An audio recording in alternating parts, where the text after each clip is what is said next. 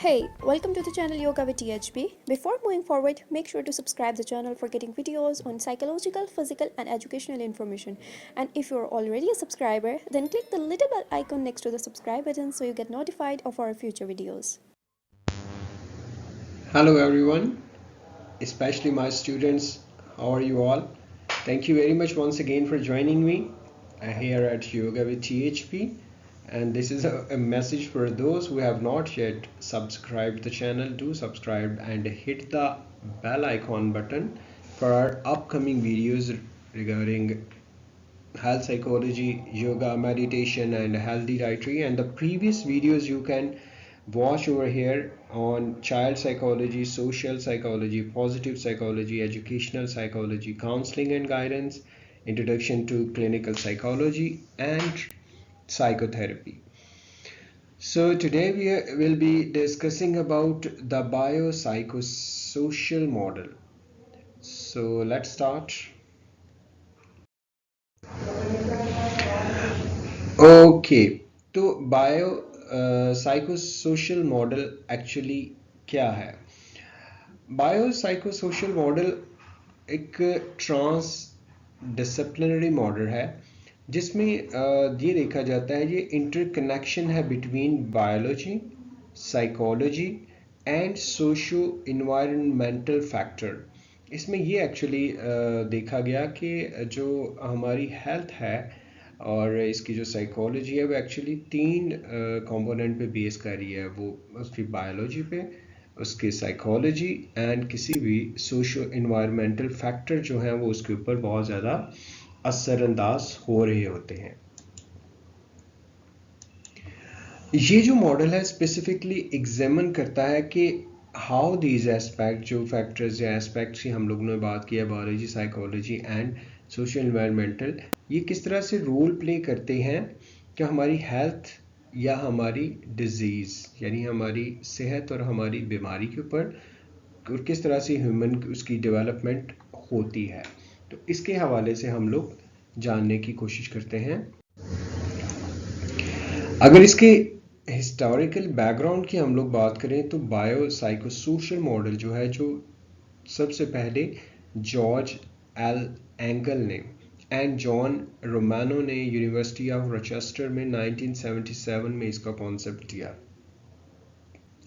ये actually opposition थी biomedical approach की। बायोमेडिकल जैसे प्रीवियस लेक्चर्स में हम लोग बात करके आए हैं, हमारे हेल्थ साइकोलॉजी के फर्स्ट या सेकंड लेक्चर में हम लोगों ने इस पे बात की थी जब हिस्टोरिकल बैकग्राउंड की बात हो रही थी हेल्थ साइकोलॉजी के हवाले से, जिसमें सारा का सारा दारोमदार समझा जाता था बीमारियों का सिर्फ और सिर्फ या तो जेनेटिक्स पे या फिर इंसानी जो बीमारी होती है उसके इंटरनल डिसफंक्शंस की वजह से। लेकिन एंगल्स ट्राइब इसने किया एक होलिस्टिक अप्रोच जिसमें उसने रिकग्नाइज किया और उसके ऊपर उसने कुछ काम किया, जिसमें उसने कुछ पेशेंट्स के बारे में बताया कि patient had their own thoughts, feelings and history.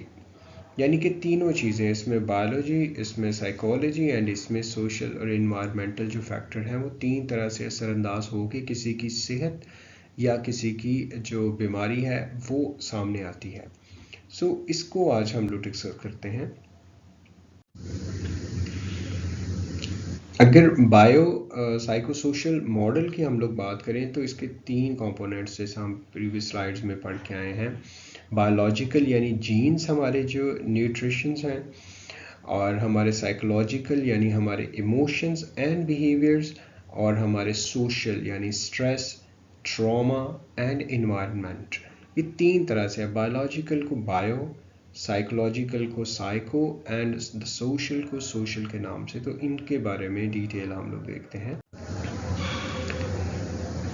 Biological की अगर हम लोग बात करें तो ये ज़्यादातर relationship disease and bodily health के हवाले से। मिसाल के तौर पे एक जो मरीज़ है वो एक्सपीरियंस कर सकता है, मतलब उसको हार्निया का प्रॉब्लम है या फिर उसको लिम्फोडेमा जिसको हम लोग कहते हैं, जो usually cause less severe but long term health problem that must be addressed by a physician. एक ऐसा प्रॉब्लम है जो किसी उसके जो जनरल फिजिशियन या सर्जरी के लिए उसको किसी ना किसी की तरफ कंसल्ट ज़रूर करना पड़ता है। जबकि एक्यूट और सीवियर हेल्थ प्रॉब्लम्स उसकी किस तरह से होती है, like aortic dissection require immediate medical treatment and have a much more disruptive effect on daily life. So कुछ ऐसी बायोलॉजिकल प्रॉब्लम होती हैं जो कि जिनकी ज़रूरत होती है कि उनको फौरी तौर पे उनकी प्रॉब्लम को सॉल्व किया जाए, अदर देन क्या होगा कि इंसान की जो ज़िंदगी है उसमें प्रॉब्लम्स आना शुरू हो जाएंगी। लेकिन कुछ ऐसी प्रॉब्लम्स होती हैं जो कि एकदम से ठीक नहीं हो सकती। सो ये सारे बायोलॉजिकल फैक्टर्स होते हैं और ये डिपेंड करता है कि किसी की बीमारी किस तरह से डिपेंड कर रही है उसकी लाइफ पे। अगर हम लोग साइकोलॉजिकल एस्पेक्ट की बात करें तो ये एस्पेक्ट जो है मेंटल एंड इमोशनल वेलनेस के हवाले से है, जो कि that also relate to behaviour. फिर इंसान का उस तरह से जो मिजाज है, इंसान का उस तरह से जो फिर किरदार है वो उस तरह से शेप होना शुरू होता है।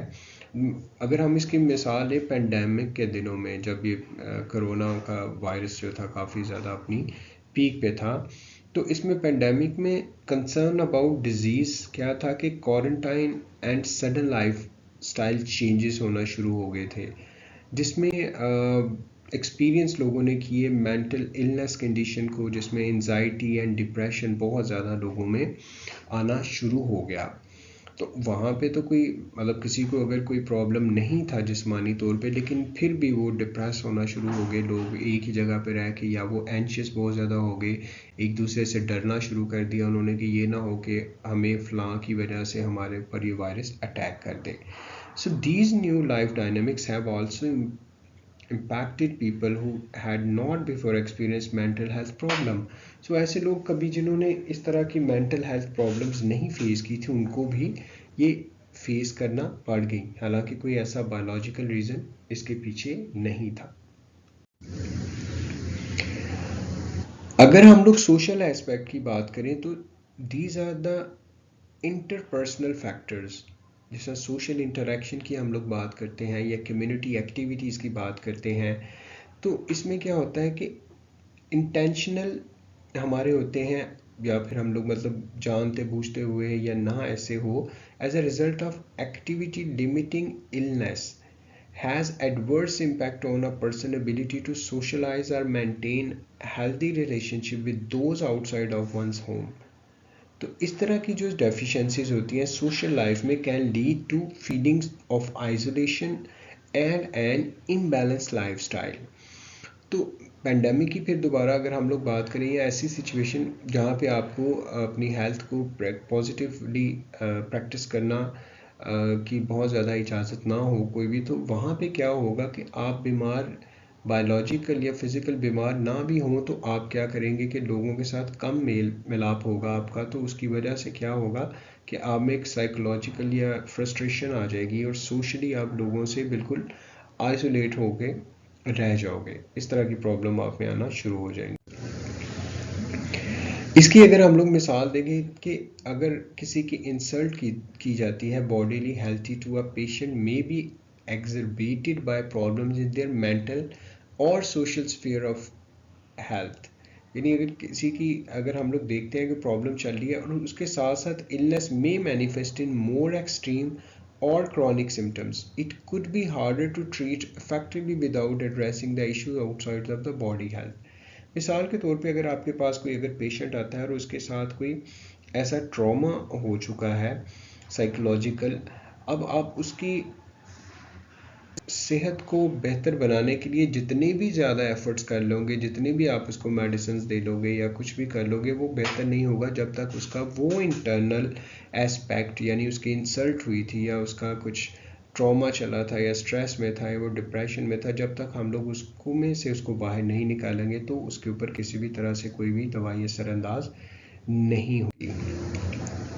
सो अगर अब हम इसको रैप अप करें सारे को, तो उसमें हम लोग ये देखते हैं कि वो इंटरचेंजेबली जो हम लोग बात कर रहे थे पीछे प्रीवियस स्लाइड्स में, कि ये biological, psychological and social aspect, इसमें तीनों तरह से एड अप होते हैं। So with this thank you so much once again students, I hope कि आपको इसकी समझ आ गई होगी। बाकी इसको हम लोग क्लास में केस स्टडीज़ के साथ जब प्रैक्टिस करेंगे तो you will come more clear कि किस तरह से चीज़ें बायो साइको सोशल मॉडल में इम्प्लीमेंट हो सकती हैं। If you think that this is helpful, do share with your other students. Thank you so very much and have a very good day.